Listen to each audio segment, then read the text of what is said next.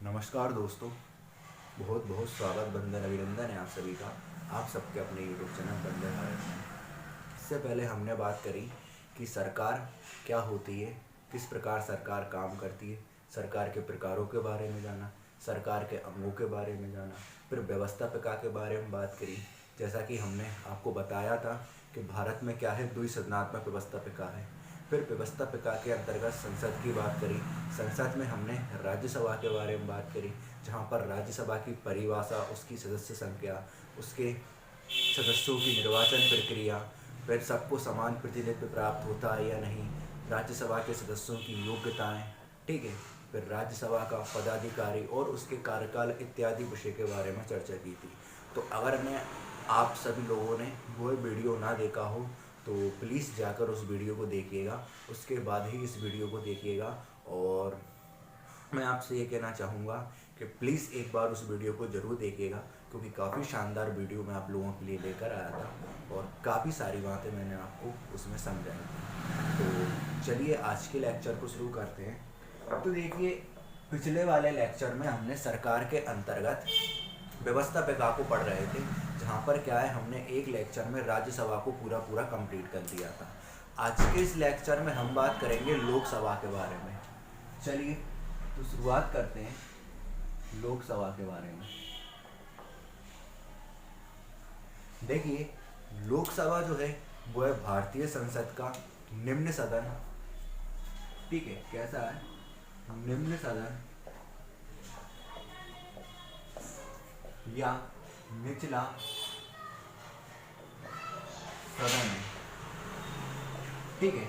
अब जो लोकसभा है, इसकी क्या है, संसद में भूमिका सर्वाधिक मात्रा में राज्यसभा से ज़्यादा भूमिका लोकसभा की होती है, इसलिए इसका एक नाम क्या है, लोकप्रिय सदन भी है। ठीक है, क्या नाम है इसका? लोकप्रिय सदन। तो अगर हम बात करें लोकसभा की परिभाषा के बारे में, तो आप लोग कह सकते हो कि लोकसभा क्या है? लोकसभा भारतीय संसद का एक निम्न या निचला सदन है। चूँकि इसकी भूमिका संसद में सर्वाधिक मात्रा में होती है, इसी कारण इसको लोकप्रिय सदन के नाम से भी जाना जाता है। ठीक है, छोटी सी परिभाषा आप लोगों के लिए। आइए अब हम बात करते हैं लोकसभा की सदस्य संख्या के बारे में। ठीक है, तो देखिए, लोकसभा की सदस्य संख्या, वर्तमान में लोकसभा की सदस्य संख्या से संबंधित कुछ बदलाव हो चुके हैं। अब चूंकि ये बदलाव हो चुके हैं तो करंट में आपसे कई बार पूछे जा सकते हैं। तो देखिए, अगर हम बात करें लोकसभा की सदस्य संख्या के बारे में, तो लोकसभा की अधिकतम सदस्य संख्या जो थी वो पहले थी 552। ठीक है, पहले क्या थे, लोकसभा में अधिकतम 552 सीटें हुआ करती थी। लगभग आप 552 तक क्या है, सदस्यों की नियुक्ति कर सकते हो। लेकिन अब वर्तमान में कितनी हो गई हैं? वर्तमान में क्या है, लोकसभा की सीटें 550 हो गई हैं। कितनी हो गई हैं? 550 सीटें हो गई हैं। तो इन दो सीटों का क्या हुआ, किस तरीके से दो सीटें चली गई, प्रश्न बनता है। तो देखिए, आपने पढ़ा होगा पॉलिटिकल साइंस के अंतर्गत कि देखिए, लोकसभा में क्या होता है, कुल 552 व्यक्ति होते हैं। इसमें से क्या होता है, दो व्यक्तियों का क्या है, याद रखिएगा, दो व्यक्तियों को हमारे भारत देश के राष्ट्रपति महोदय के द्वारा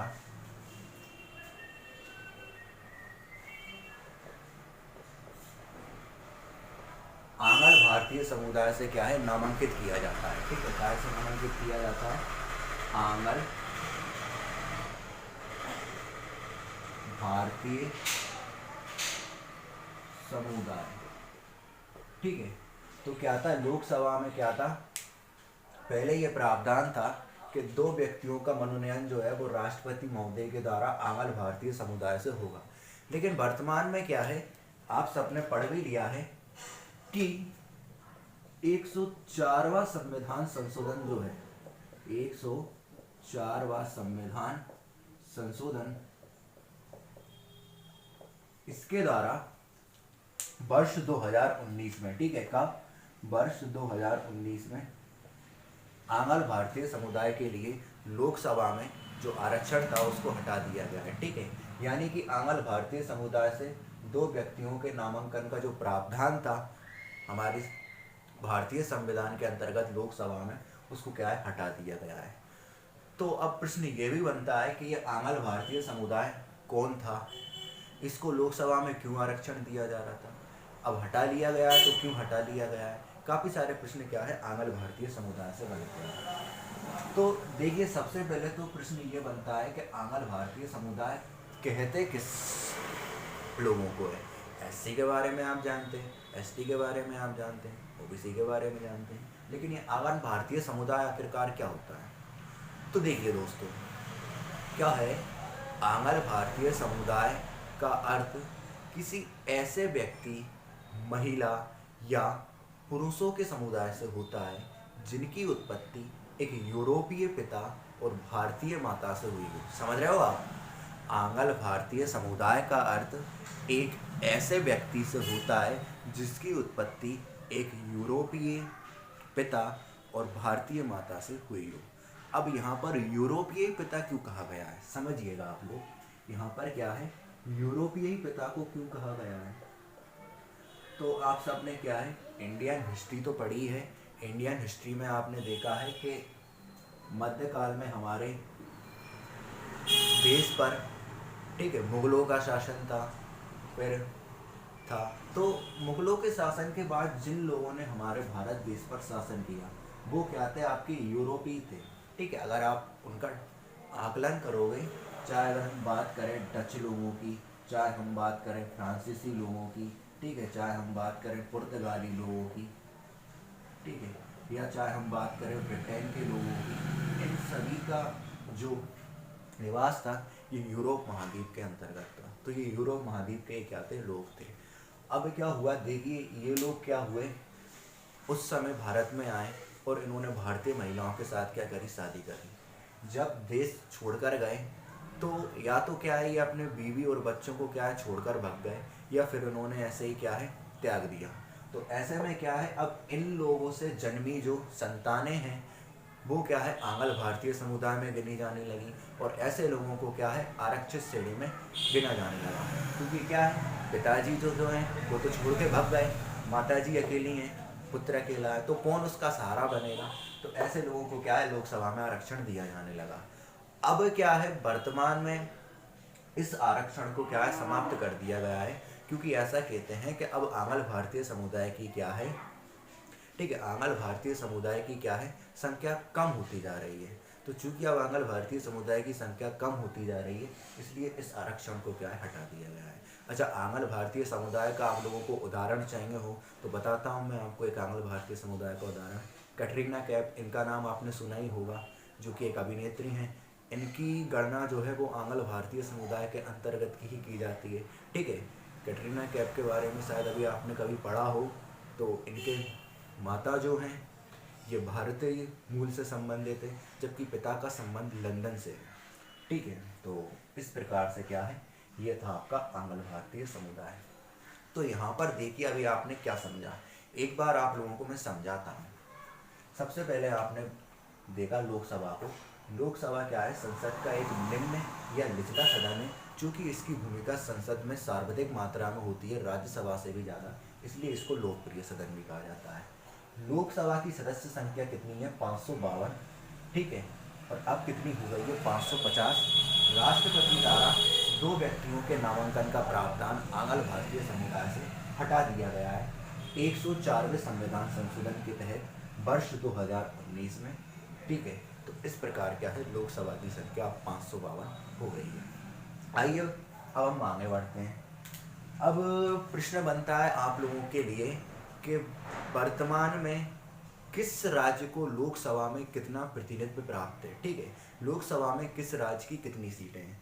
तो राज्यसभा में देखिए, जैसा कि आपने देखा कि उत्तर प्रदेश राज्य की क्या थी, सर्वाधिक मात्रा में सीटें थी। कितनी सीटें थी कमेंट कर कर बताइएगा। देखिए मैं आपको पढ़ाता हूँ तो थोड़ा बहुत कमेंट में कुछ लिखा कीजिए, ताकि मुझको कुछ समझ में आए कि आप लोगों को समझ में आ रहा है कि नहीं आ रहा है। और अगर नहीं आ रहा है तो बोल दीजिए कमेंट में, और सुधारा जाएगा। चलिए, तो जिस प्रकार उत्तर प्रदेश की थी, ठीक इसी प्रकार क्या है यहाँ पर भी क्या है, लोकसभा में भी क्या है उत्तर प्रदेश राज्य की सर्वाधिक मात्रा में सीटें। कितनी सीटें हैं? 80 सीटें हैं। अच्छा, कभी कभार शायद प्रश्न पूछ लिया जाए कि उत्तर प्रदेश को छोड़कर दूसरे नंबर पर वो कौन सा राज्य है जिसकी लोकसभा में सर्वाधिक मात्रा में सीटें हैं, तो वो कौन सा है? वो है हमारा महाराष्ट्र राज्य। महाराष्ट्र की कितनी है? महाराष्ट्र की 48 सीटें हैं। फिर चूंकि हम तो मध्य प्रदेश राज्य के निवासी हैं और यहाँ पर मध्य प्रदेश की शासकीय परीक्षाओं की तैयारी चलती रहती है, तो मध्य प्रदेश से आपके लिए जानना आवश्यक है कि मध्य प्रदेश की कितनी सीटें हैं। तो अगर हम बात करें मध्य प्रदेश के बारे में, तो मध्य प्रदेश की कितनी सीटें हैं? मध्य प्रदेश की क्या है? लोकसभा में 29 सीटें हैं। ठीक है, इन 29 सीटों में से 4 सीटें जो हैं वो अनुसूचित जाति वर्ग के लिए हैं। ठीक है, और 6 सीटें जो हैं वो अनुसूचित जनजाति वर्ग के लिए हैं। ठीक है, 4 सीटें क्या है? अनुसूचित जाति वर्ग के लिए हैं, जबकि 6 सीटें जो हैं वो अनुसूचित जनजाति वर्ग के लिए हैं। फिर अगर हम बात करें कि कुल कितनी सीटें हैं, तो 543 सीटें हैं। इन 543 में 81 सीटें जो हैं ये अनुसूचित जाति वर्ग के लोगों के लिए आरक्षित हैं, जबकि 49 सीटें जो हैं वो है अनुसूचित जनजाति वर्ग के लोगों के लिए क्या है? आरक्षित हैं। तो इतना आप लोगों ने समझ लिया। चलिए अब हम आगे बढ़ते हैं और बात करते हैं लोकसभा सदस्यों के कार्यकाल के बारे में। तो मैं इसको मिटा देता हूँ, इसके बाद अब हम आगे बढ़ते हैं। ठीक है, चलिए आगे बढ़ते हैं। उम्मीद करते हैं आप लोगों को सब कुछ अच्छे समझ में आया होगा। पता नहीं क्यों आप लोग लाइक नहीं करते, कमेंट नहीं करते, कुछ भी समझ में नहीं आता कि आप। चलिए तो अब हम बात करते हैं लोकसभा सदस्यों के कार्यकाल के बारे में। ठीक है दोस्तों, अब हम बात करते हैं लोकसभा सदस्यों के कार्यकाल के बारे में। तो देखिए, अगर हम बात करें लोकसभा सदस्यों के कार्यकाल के बारे में, तो लोकसभा के सदस्यों का कार्यकाल कितना होता है? लोकसभा के सदस्यों का कार्यकाल होता है 6 वर्ष। ठीक है, और ऐसा कहा जाता है कि भारतीय संविधान के अनुच्छेद 352 के अंतर्गत संसद लोकसभा और राज्य की विधानसभाओं के कार्यकाल में 1 वर्ष की वृद्धि भी कर सकती है। मैंने आपको बताया भी था कि लोकसभा और राज्यों की विधानसभाओं के कार्यकाल में 1 वर्ष की वृद्धि कब की गई थी, तो बताइएगा जरूर, और किस संविधान संशोधन के तहत की गई थी, और बाद में इसको कब हटा दिया गया था। तो सारी बातें आप लोग कमेंट में बताइएगा। तो हम बात कर रहे हैं लोकसभा सदस्यों के कार्यकाल के बारे में। तो लोकसभा सदस्यों का कार्यकाल क्या होता है? 6 वर्ष होता है, और राष्ट्रपति महोदय के द्वारा मंत्रिपरिषद के परामर्श पर इसको निर्धारित अवधि से भी क्या है? देखिए, राष्ट्रपति महोदय के द्वारा मंत्रिपरिषद के परामर्श पर लोकसभा को उसकी निर्धारित अवधि से पूर्व भी क्या है? भंग किया जा सकता है। यानी कि क्या है? कार्यकाल तो 6 वर्ष लिखा हो गया, यहाँ पे 5 वर्ष का है। ठीक है, राज्यसभा का कार्यकाल 6 वर्ष का होता है। कितना है? 5 वर्ष। तो लोकसभा को क्या है? 5 वर्ष से पूर्व भी क्या है? पहले भंग किया जा चुका है। और कई बार एग्जाम में पूछा जाता है कि अभी तक लोकसभा को कितनी बार भंग किया जा चुका है, तो अभी तक लोकसभा को 5 बार भंग किया जा चुका है। फिर कभी कभी ये प्रश्न भी पूछा जाता है, देखिए वर्ष के नाम दिए जाते हैं और पूछा जाता है कि निम्नलिखित में से किस वर्ष में लोकसभा को भंग नहीं किया गया था। तो देखिए, एक बार तो 1977 में भंग किया गया, दूसरी बार 1969 में भंग किया गया। ठीक है, इसके पूर्व 1977 में भी क्या है? भंग कर दिया गया था। इसके बाद 1984 में भंग किया गया, और फिर आता है 1990। 1990 में भी क्या है? इसको भंग कर दिया गया। तो लोकसभा के सदस्यों का कार्यकाल 5 वर्ष होता है, लेकिन इसको निर्धारित अवधि से भी क्या है? पूर्व भंग किया जा चुका, मतलब पूर्व भंग किया जा सकता है राष्ट्रपति महोदय के द्वारा मंत्रिपरिषद के परामर्श पर। और अभी तक क्या है? 5 बार भंग भी की जा चुकी है, 1970 में, 1977 में, 1979 में, 1984 में और 1990 में। ठीक है, अब हम बात करते हैं लोकसभा के पदाधिकारी के बारे में। चलिए, तो पदाधिकारी के बारे में बात कर लेते हैं। तो अगर हम बात करें लोकसभा के पदाधिकारी के बारे में, तो देखिए, लोकसभा के जो सदस्य होते हैं ये क्या करते हैं, अपने में से ही किसी एक सदस्य को लोकसभा का अध्यक्ष और एक सदस्य को क्या है, लोकसभा का उपाध्यक्ष नियुक्त करते हैं। ठीक है, एक सदस्य को क्या है, लोकसभा का अध्यक्ष, वहीं दूसरे सदस्य को लोकसभा का उपाध्यक्ष क्या करते हैं, नियुक्त करते हैं। अब वर्तमान में यह भी प्रश्न पूछा जाता है कि लोकसभा के अध्यक्ष कौन हैं, क्योंकि 2019 से क्या है, लोकसभा के अध्यक्ष में बदलाव आ गया है।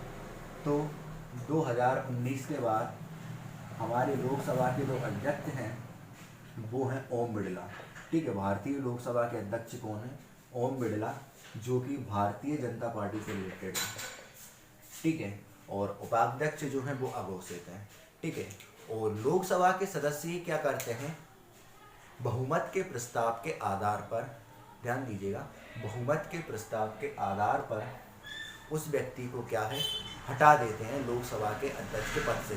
बस नियम यह है कि संबंधित व्यक्ति को बहुमत के आधार पर 14 दिन पहले क्या है, सूचित कर देना चाहिए। और जब लोकसभा अध्यक्ष को हटा दिया जाता है तो उसकी अनुपस्थिति में क्या है, लोकसभा का उपाध्यक्ष क्या है, उसके दायित्व का निर्वहन करता है। लेकिन केवल उसी स्थिति में करता है दोस्तों जब लोकसभा अध्यक्ष, ठीक है, लोकसभा का जो अध्यक्ष है उसे हटाए जाने का प्रस्ताव क्या हो, संसद में विचाराधीन हो, उस पर क्या है, कोई निर्णय ना हुआ हो, तब क्या करेगा, लोकसभा का उपाध्यक्ष आकर क्या है, इसका दायित्व संभालेगा, अन्यथा किसी और स्थिति में नहीं। अब हम बात करते हैं लोकसभा के अध्यक्ष की शक्तियों के बारे में, तो चलिए ये भी देखते हैं।